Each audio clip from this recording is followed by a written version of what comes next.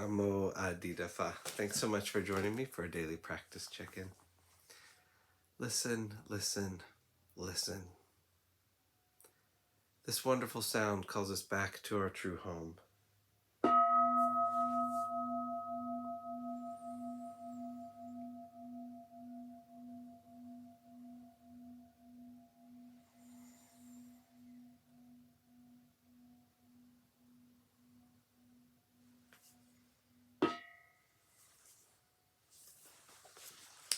The second mindfulness training.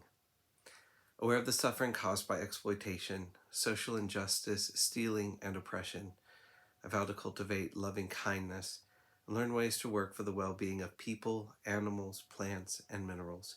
I will practice generosity by sharing my time, energy, and material resources with those who are in real need. I'm determined not to steal and not to possess anything that should belong to others. I will respect the property of others, but I will prevent others from profiting from human suffering or the suffering of other species on earth.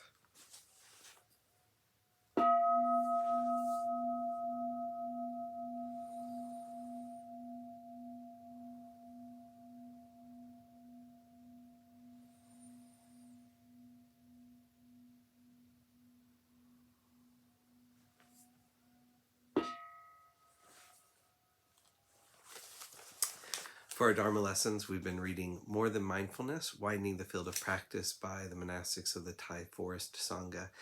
And we're reading in a Dharma talk by Ajahn Sumedho now called Mindfulness and the Five Spiritual Faculties. Sampajanya has an all-inclusive connotation. When we are teaching about everything that belongs in this moment, regardless of whether you like it or don't like it, it is like this here and now. It belongs here and now. It's a way of reflecting with wisdom. It's a sunny morning at Amaravati. There's a beautiful garden, but the weather forecast is for cloud and rain in the afternoon. I don't like that. I want it to be sunny all day long, to be nice and warm, and I'm lost in my own conceptual proliferating habit patterns. I'm complaining and making value judgments without knowing what I am doing. It is because it's habitual. The complaining mind is a habit pattern. It's not natural, but sati is natural. It's Dhamma. You don't create mindfulness. I don't create mindfulness as some kind of gift that I have developed from being a monk for so long.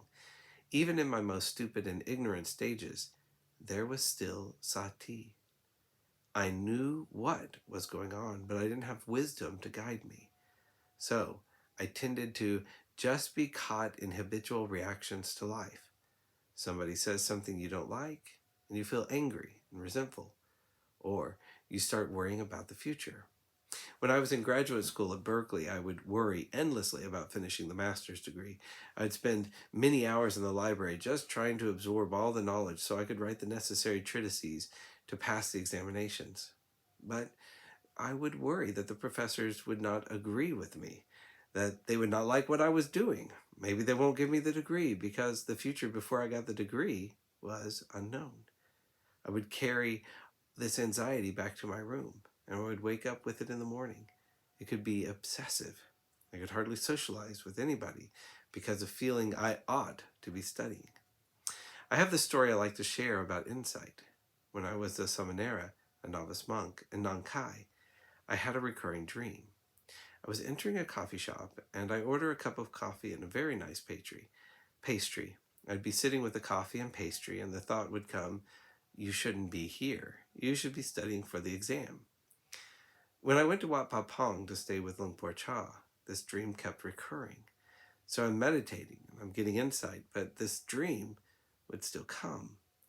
If I was not practicing meditation, not practicing concentration, not studying the scriptures, then I'd start, you should do this 24/7, otherwise you're going to feel guilty. You might not ever get enlightened unless you know everything in the scriptures and develop all these concentration practices. And so, I'd create this sense of guilt about not being completely devoted every moment of my life to meditation practice. And then this dream kept recurring.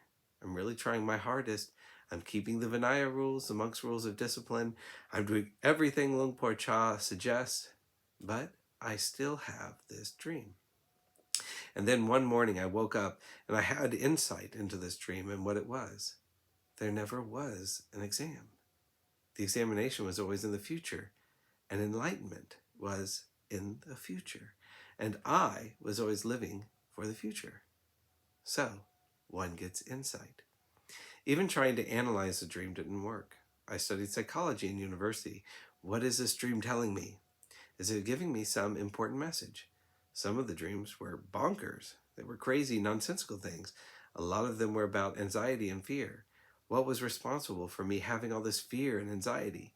In the 1950s, in my generation, we were getting all these modern psychological approaches about how your mother influenced your early life and created all these endless problems for you in later life. I kept trying to think about my mother. Actually, she was a very good mother.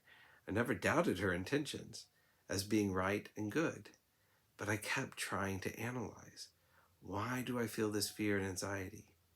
And then one realizes it's just the way one thinks. You create these mental states out of habit. It's what you are habitually doing, creating problems about the future.